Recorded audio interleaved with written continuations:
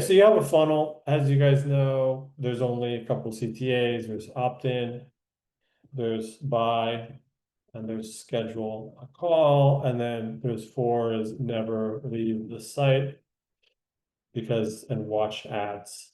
Okay, so these are the only four types of websites in the world. You'll notice every website is one of these. You guys are probably not going to be building a never leave the site, watch ads.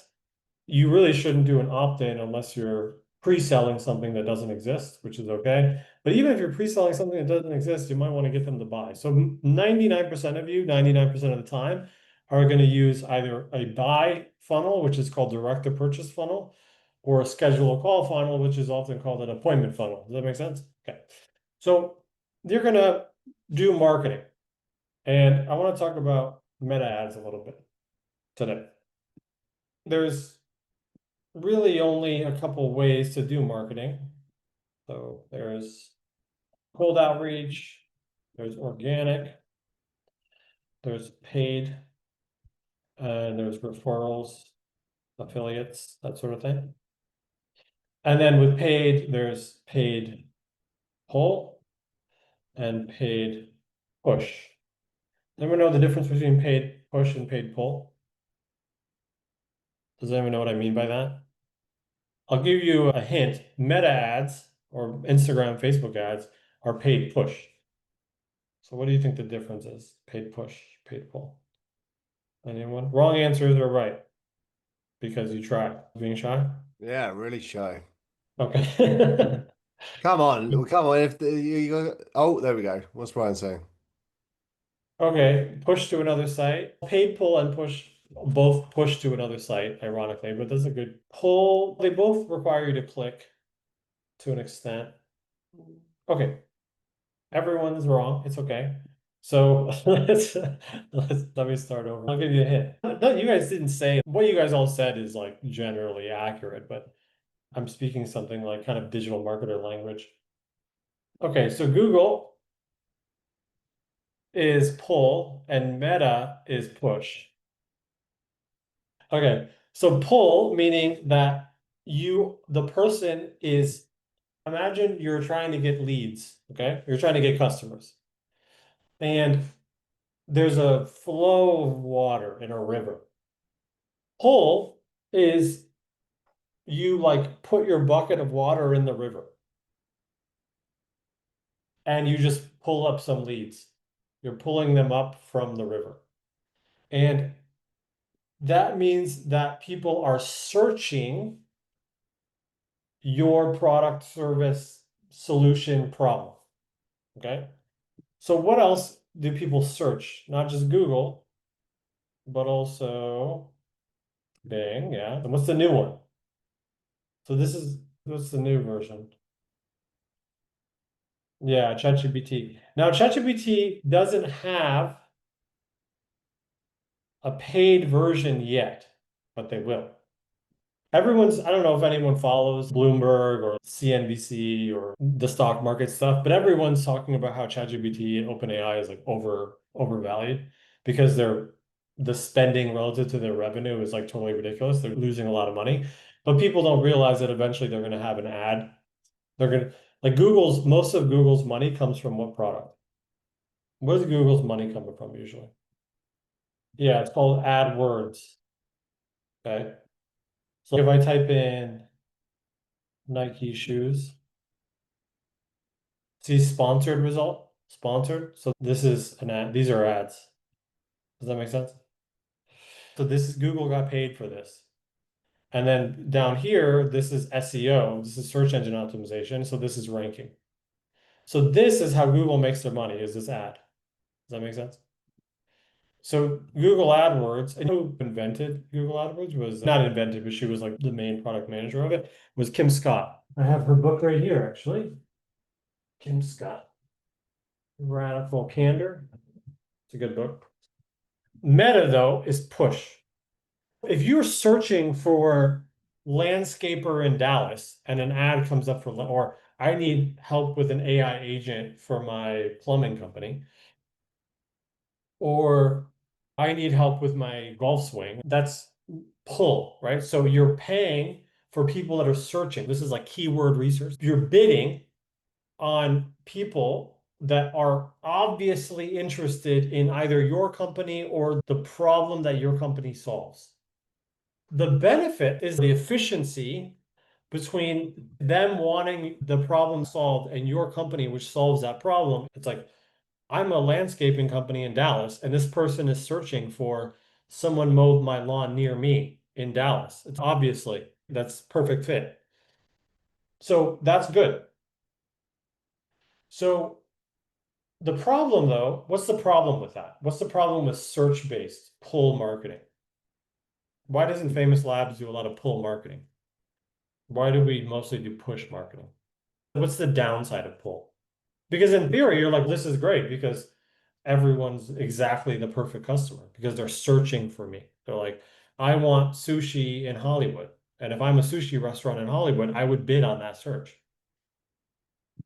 Scatter loss, you don't need anyone coming to your storefront. If you're in a really weird niche, like pink soccer shoes for 7-year-olds, maybe there's not a lot of competition for that. That's called a long tail keyword. If you're bidding on a long tail keyword, sometimes it's actually cheaper. So no one got it yet. This isn't a trick question.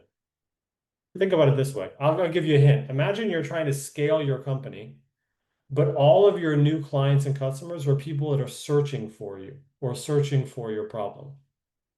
Jana, push can be pushed to other people. The issue is that it limits the number of people that might buy. For example, the number of people that might buy Nike shoes. The number of people that are searching for Nike shoes every day might be this. Does that make sense? So searching for will buy. The will buy is a much or could buy. Everyone can see my screen, right? Eric, I think you just need to click your tab. The total addressable market of everyone that might buy Nike shoes is way bigger than the people that are searching for Nike shoes. Does that make sense? If you are trying to scale or test something new, you generally want to do push marketing.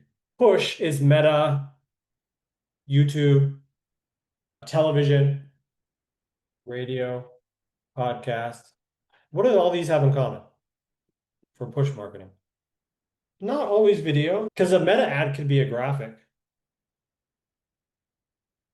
right?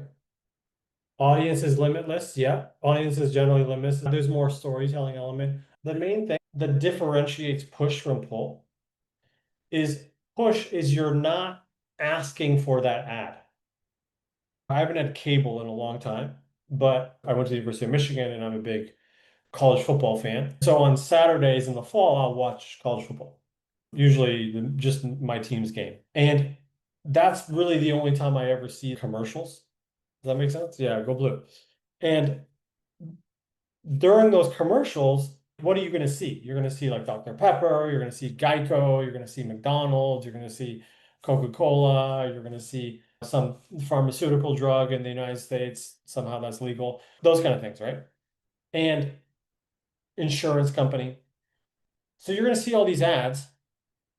Was I searching for health insurance? Was I searching for car insurance? Was I searching for what flavor of the new Dr. Pepper? Was I searching for a cheeseburger near me, McDonald's? No, I wasn't searching for that. But they shoved the advertising in my face anyways. Does that make sense? So you might be listening to your crime podcast or whatever, right? About some cult leader.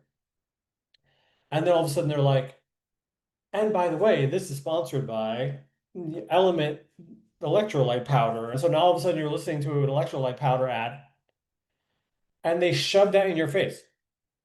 And you weren't searching for it, you didn't ask for it, they pushed it in front of you. I wasn't thinking, oh yeah, I really want the new Applebee's brownie sundae meal or something. But if I watch the commercial and the commercial is good enough, I might be like, actually, that does look good. And then when I go back to the United States, maybe I'll go to Applebee's and I'll get it. Does that make sense? So I wasn't searching for Applebee's, but I saw the ad during the football game, and now maybe I'll go there. I could go there. If the ad convinces me, I might buy, but I wasn't actively shopping for it. Does that make sense? So you guys know how I am with why I'm like rabbit hole deep. Yeah, of course you could exactly. And you're right, which is why the ad needs to be even better. I grew up in a small town outside of Canton, Ohio. There might have been one sushi place. We didn't eat sushi when I was young because we were kind of sheltered, but maybe there's one sushi place. Okay. So if I type in, my little township was called Perry Township.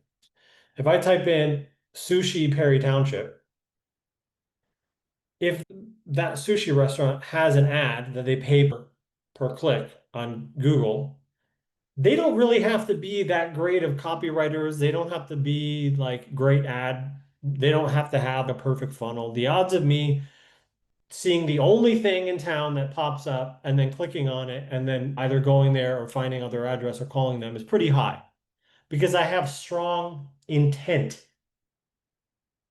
Okay. I have a strong intent. But if my intent is to just randomly scroll Instagram, then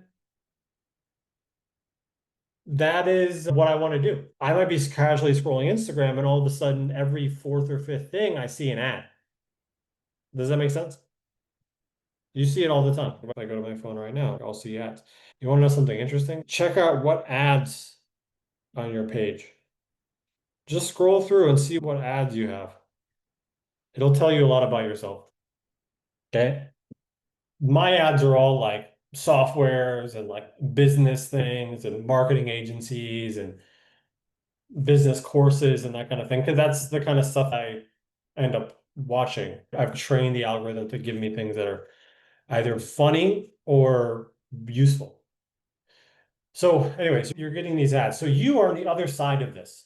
Okay. As a business owner, you're on the other side, meaning you're creating the ad.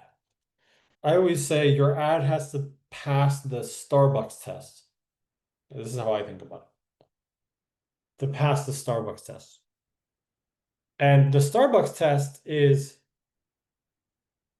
imagine someone in line at Starbucks and there's two people in front of them. Okay. And they're scrolling through Instagram, they have their headphones in, and you have maybe 2 minutes. If someone is scrolling, watch a video, read something, watch another video, see something, go over to WhatsApp someone, go over the text message, text someone back, go back, go into their DMs, listen to a voice note from someone, send a video to their friend on Snapchat, go back to Instagram. This is what's happening. They're just frantically distracted and they're about to order their Starbucks. How could you get them to not only stop scrolling, watch the ad or read the ad, click the button, either opt in inside of the ad, which is called a lead form ad, or go to your funnel. If it's an app, then click the download button, download it from the App Store, open it up, go through onboarding. If it's a software, click schedule demo, put in their information, schedule a calendar, add it to their calendar. Like the odds of them doing that while they're in line at Starbucks are very low unless your ad is killer. So you've probably seen this with advertising. Advertising has gotten more and more outrageous, more extreme. The reason for that is you're trying to stand out. There's a great book called Purple Cow. This is a really good book for marketing called The Purple Cow. You could read it in 1 hour. It's very short, or you don't have to read it. It's just the idea here is that you want to stand out. Okay. If you're driving along 50 brown cows and one purple cow, you're probably going to notice the purple cow, right? So you want to stand out. You want to be weird. So with ads, how do you be weird? How can you be weird? Okay. Because these are the KPIs that you're going to track. Okay. Your CPM, you know what this is?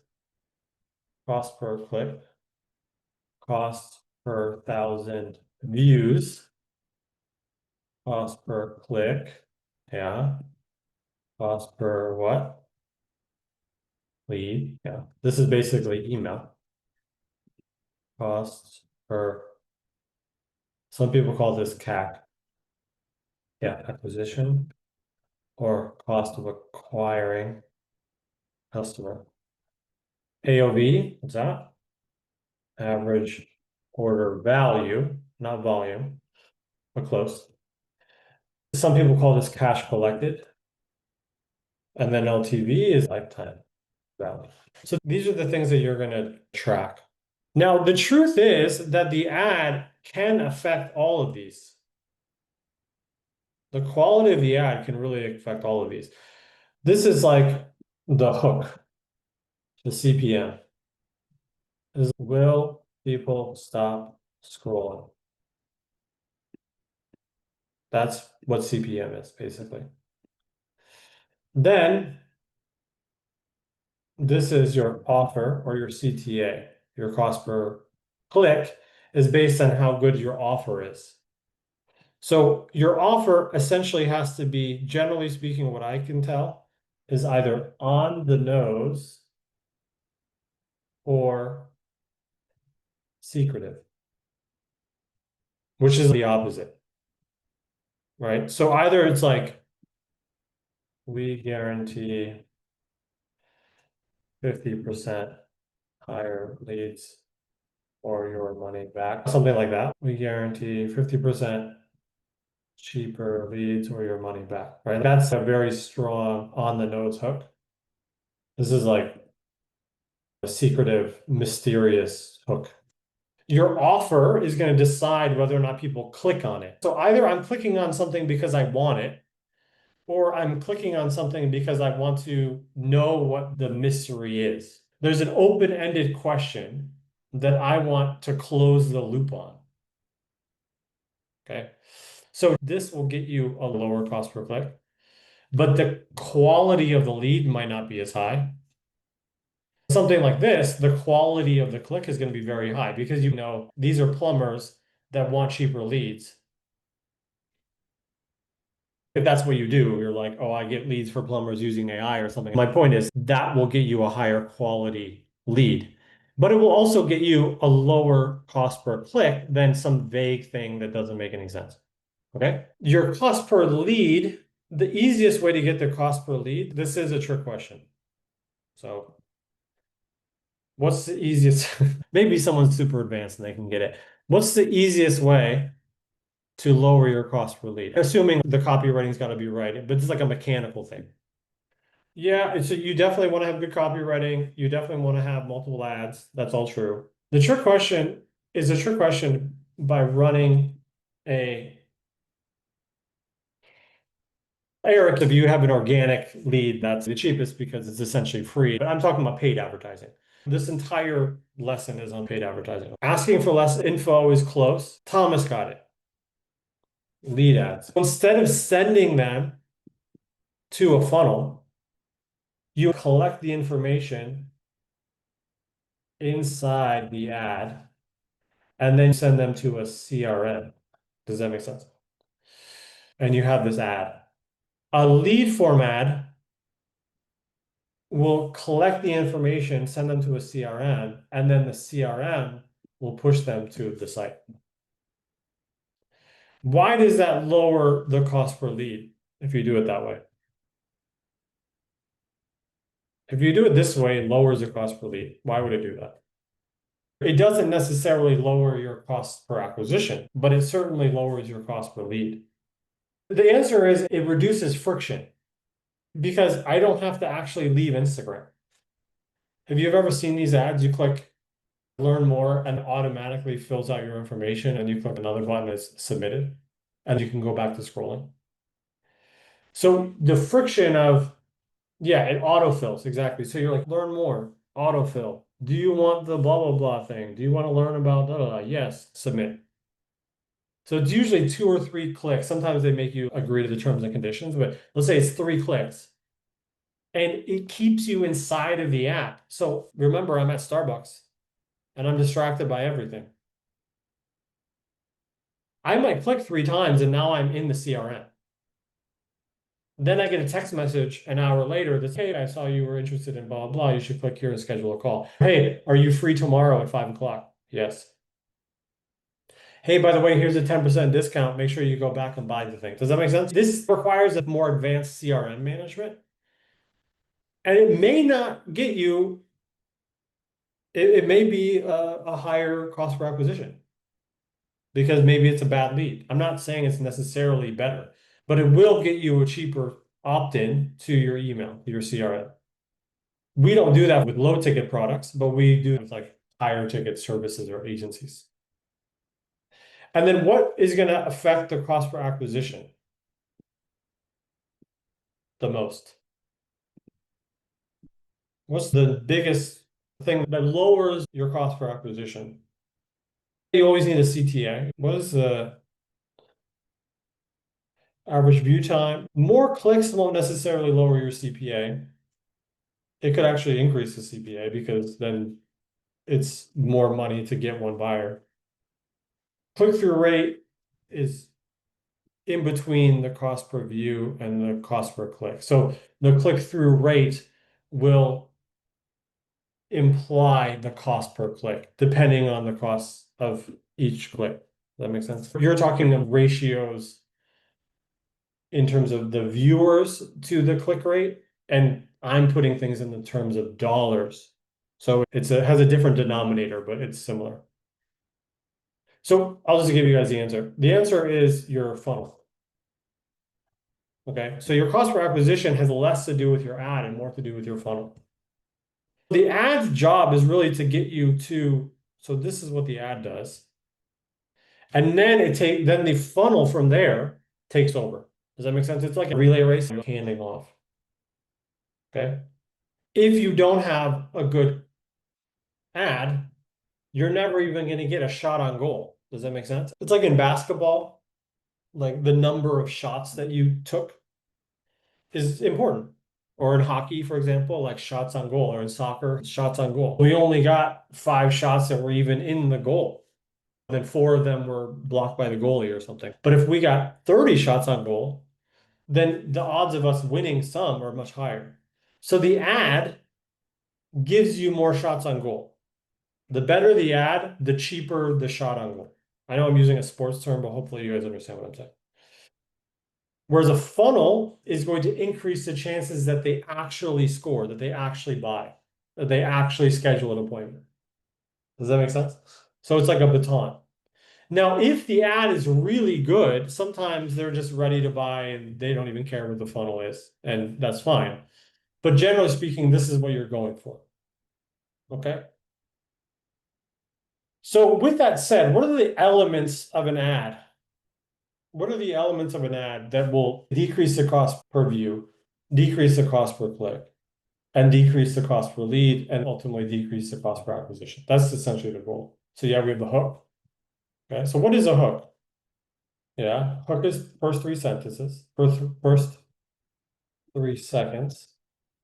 Yeah, but I think you guys are alluding to it. There's a visual and a written or copy hook. Okay. So there's a visual hook and there's the words. So there's a couple ways to approach this. And the short answer, because a lot of you guys are going to be like, does this work better than this? Does that work better than this? The answer is you got to try a lot.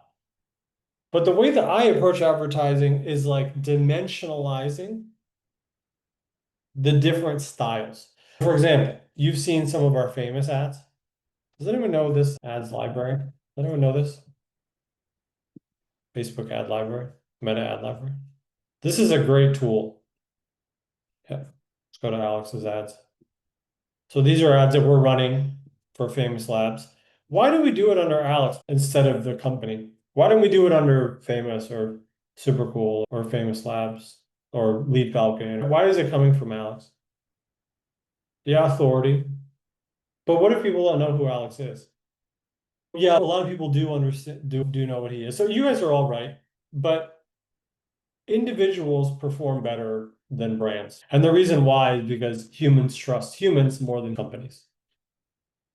So if you're running an ad, if you run the same ad from a personal, like this is a business page, but it's like a business page branded as Alex versus famouslabs.com, the ones that would be run from Alex will perform better. I recommend you do that yourself, even if you're like, oh, I have this great brand and I built these colors and blah, blah, blah. It's fine. Still, you can split test if you want, but if you run ads from your personal versus the company, it'll perform better because people trust humans. So if you want to see these ads, look at that's a visual. Now I got famous on me forever. Famous saved my. Okay, so this is a visual hook because it's like someone gave a tattoo. It's like shock value. Let's see another one. This one, Same language, no fake tone. this song was made with SuperCool, and this video was made with SuperCool. If you want them to actually hear, you've got to share your sound if you want them to properly hear the ads. So this is a vibe, but there's a meta lesson here because the ad was created with the tool that we're telling people to use. Does that make sense? It also has this native element to it. So these types of ads work. This is an opposite extreme. There are now more than 250,000 projects that are built and hosted on Famous.ai. So what does that say? Do you guys know the 6 influencers by Robert Cialdini? Influence. You guys know this book? This is a like mandatory book for all of you to read. So there's two major, yeah, there's 3. There's 3 of the 6 influencers that he's hitting all at the same time. In the first sentence, 3 of the 6 major influencers. Reciprocity, commitment, consistency, social proof, liking, authority, and scarcity. Which ones? Social proof. Social proof is the main one, but there's also an embedded authority because if I created a software that 250,000 people built their business off of, then there's a lot of authority there. And then ironically, a lot of social proof and scarcity go hand in hand. They're seemingly opposite, but they're actually like brothers and sisters. Because if a bunch of people are doing something and I'm being left out, I'm like, oh my God, I'm being left behind. There's sort of a scarcity there. Does that make sense? So there's 3 of the 6 influencers in the first sentence. That are built and hosted on Famous. Now, was the background? What's in the background, guys? You guys see the background? Famous.ai today. That's 250,000 of. So the background is Alex lives in a tropical paradise in Puerto Rico, and he lives in a very nice area. And so there's also an element of authority just even where he's walking around. Does that make of sense? entrepreneurs who have taken a step to turn the idea into an actual tangible product. And when I talk about purpose versus happiness. Okay, so this is a casual ad that he's talking, but it's very subtly. Obviously, this is what are the people like do you think people are going to stop to click? I haven't even clicked on it, but do you think you would stop? If you mistake your home robot for your wife on your anniversary, stay calm. The hook is funny, but then the visual is sexy. People are going to click. So now I'm like, what the hell is this? It's like comedy. It's sexy. Wait, this is an AI company. It breaks your brain a little bit. Back to purple cow. This is not just another brown cow. This is a purple cow. This is a meta lesson for life, especially now, guys, please, especially now. The safe bet is not safe. Jonathan, have you ever actually watched that Alex video the whole way through? Yeah, he talks about happiness and purpose. And it goes pretty brutal at the end. It's hilariously accurate. By the way, guys, you can go to his Instagram and see that one as well. It's really good. My uncle works for UPS. He's worked there his whole life, and they forced him to retire a month ago because they laid off 34,000 people. And if you guys know anything about UPS, it's one of the best run cash-rich companies in the United States. They have like great retirement plans, 401ks. It's like a very well-run oiled machine. Why? Because of AI. Nestle, Target, Amazon, Apple. Amazon just fired like 60,000 people or something. Anyways, Procter and Gamble, 7,000 jobs. Okay. The safe bet, guys, the safe thing in advertising is going to perform poorly. The safe bet in your career or your life and listening to Joe Schmo down the street who's never done what you want is not safe. You can see it. I'm a little resentful. My parents' generation was like, you go to college and everything's going to be fine. Why? Because 15% of people graduated with a degree. And so everyone back then was like, how do you become the upper middle class or the rich class? You go to a good university. So everyone told all of their children go to university. And then we're like, you'll be fine and you'll be good. And now everyone's got a college degree. And even the people with college degrees are like, didn't even learn anything important. And so you're like, what am I doing? And then any certificate or anything that you did is basically outdated now. The safe route is not safe. The safe route is not safe. It's actually riskier. And this especially applies to marketing. AI is dead, coming from an AI company. Isn't that intriguing? An AI company, AI is dead. Why? Because it's synthetic intelligence, not artificial intelligence. What is synthetic intelligence? I'm curious. What is that? There's a little bit of a mystery there. This is an AI generated. So this might sound insane, but I just built an app in my pajamas. Okay. So you see there's a variety of ads. There's like lots of varieties of different things. This is not an AI person. This is a real human. This is an AI human. It's a mix of all sorts of things. Look at this image. Would you stop scrolling if you saw this image? Steve Wozniak. Did I miss Wozniak? Oh yeah, we do have some famous people. Where is it? He was on the right. Boom. Oh yeah, you guys know Steve Wozniak? I'm Steve Wozniak, co-founder of Apple. You can build an entire app in minutes, all with Famous AI. You describe the idea and it builds the app, front end, back end, ready to launch. So there's a variety here. We have celebrities, famous tech people, AI, we have graphics, we have images, we have funny, we have just Alex talking on his phone, walking around.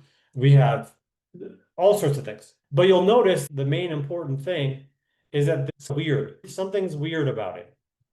It's either a shocking image, a funny hook, a controversial hook, a crazy statement, a really extreme visual. It's something that's extreme.